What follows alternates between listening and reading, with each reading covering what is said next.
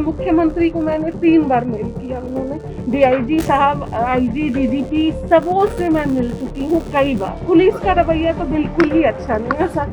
खास तो खास आम लोग भी परेशान हैं। जब खास लोगों को इतनी परेशानियां हो सकती है इस सरकार में, एनडीए की सरकार है, सुशासन बाबू की सरकार है, इस सरकार में सबको इंसाफ मिलता है, ये सरकार का कहना है। लेकिन जब बीजेपी की ही नेत्री 4 सालों से पूरी तरीके से भटक रही अपनी बच्ची के इंसाफ के लिए, और आज बीजेपी के द्वारा सहयोग कार्यक्रम रखा गया था। बीजेपी के कार्यालय में इन दिनों लगातार सहयोग कार्यक्रम रखे जा रहे हैं और हर विभाग के मंत्री वहां पर लोगों से मिल रहे हैं। आज प्रमोद कुमार जो गन्ना मंत्री हैं और कानून मंत्री हैं, वो भी बीजेपी कार्यालय में बैठे थे और लोगों से उन्होंने मुलाकात की।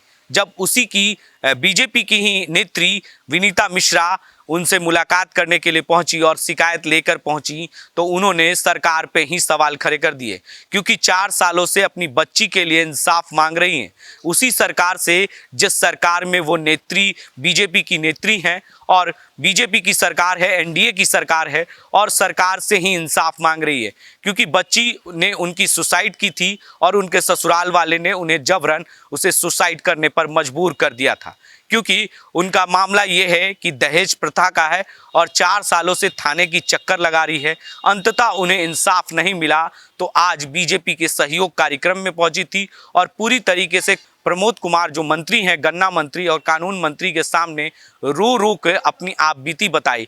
जब उप मुख्यमंत्री सुशील कुमार मोदी जब बिहार के उप मुख्यमंत्री थे, उस वक्त भी उन्होंने अपनी बात सरकार से रखी थी, लेकिन 4 सालों तक उन्हें इंसाफ नहीं मिला और आज भी थाने और कोर्ट की चक्कर लगा रही हैं। अब सोच सकते हैं कि जब सरकार के नुमाइंदे, सरकार के लोग ही चक्कर लगा रहे हैं थाने और पुलिस की, तो फिर सोच लीजिए कि क्या हो सकता है। आम नागरिक थाने में एफआईआर दर्ज करने के लिए उनके चप्पल घिस जाते हैं, लेकिन जब बीजेपी की ही नेत्री विनीता मिश्रा लगातार 4 सालों से इंसाफ के लिए गुहार लगा रही है।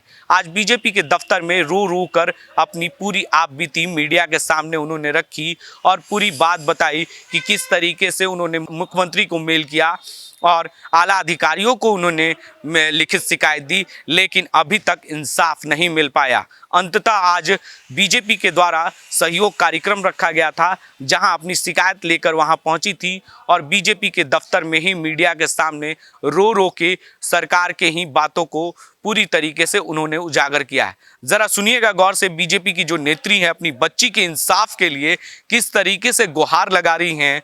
प्रमोद कुमार जो मंत्री हैं, गन्ना मंत्री, उनके सामने गुहार लगाते हुए क्या कुछ कह रही हैं, वो पहले हम आपको सुनाते हैं। मेरी बेटी ने सुसाइड किया था शादी के 2 साल बाद, उसका लव मैरिज था।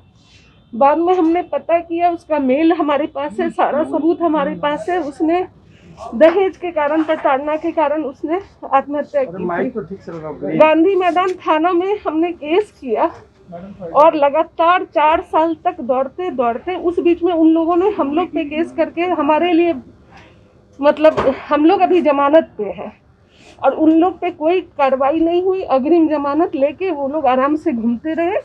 4 साल दौड़ने के बाद चार्जशीट दाखिल हुआ कोर्ट में। ये मामला कोर्ट में लंबित है और अभी तक दोषियों पे कोई कार्रवाई नहीं हुई है। पुलिस का रवैया कैसा है?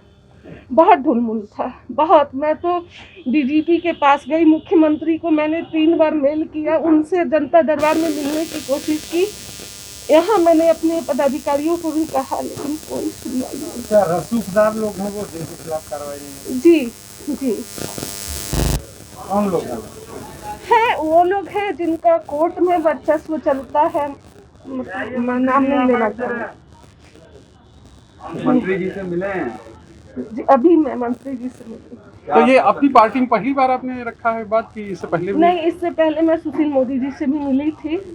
डीआईजी साहब, आईजी, डीजीपी सबों से मैं मिल चुकी हूँ कई बार, लेकिन कोई कार्रवाई नहीं हुई। चार्जशीट में हालांकि उन लोगों को दोषी साबित कर दिया गया है, लेकिन अभी तक कोर्ट में मामला है, कुछ भी नहीं हुआ। अच्छा, क्या लगता है कि आपकी सरकार है और 4-4 साल चार्जशीट नहीं होना, वो भी गांधी मैदान थाना के मामला होने के बाद? नहीं, मतलब पुलिस का रवैया तो बिल्कुल ही अच्छा नहीं है सर। मतलब मैं क्या बोलूँ, सरकार में काम तो हम लोग उसका काम नहीं हो रहा है तो और किसका? सुनते नहीं और मुख्यमंत्री उप मुख्यमंत्री सबसे आपने कह कोई दिया। नहीं सुनता है। मुख्यमंत्री को मैंने 3 बार मेल किया, उन्होंने कुछ नहीं सुना, कोई कार्रवाई। वो सीधे वहां से होता था कि डीजीपी को भेजा गया है, यहाँ भेजा गया, वहां भेजा गया, कोई कार्रवाई नहीं। तो आपने सुना कि पूरी आप बीती उन्होंने बताई और उसके बाद प्रमोद कुमार जो मंत्री हैं उन्होंने क्या कुछ जानकारियां दी है इस मामले पर। देखिए, ये सरकार की प्रक्रिया है और वो सरकार की गति। तो आखिर ये कैसा सुशासन है? आप लोग मंत्री हैं, ऐसा बात नहीं सही है। सुशासन का माने ही नहीं है कि 4 साल लगे चार्जशीट में। नहीं, प्रक्रियाधीन है। दोषी अधिकारियों के खिलाफ कार्रवाई सुनिश्चित।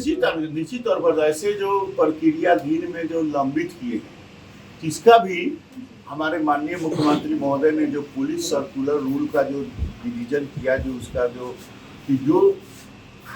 जो कांड है और जो लंबित बात है, तो उसको कितना दिन में कैसे पूरा करना है, ये सब प्रक्रिया, इसका रूल सब बना हुआ है। उसके तहत जो भी ऐसे अधिकारी लंबित किए होंगे उनके विरुद्ध निश्चित तौर पर उसके पर्यवेक्षण के आधार पर उस पर कार्रवाई होगी।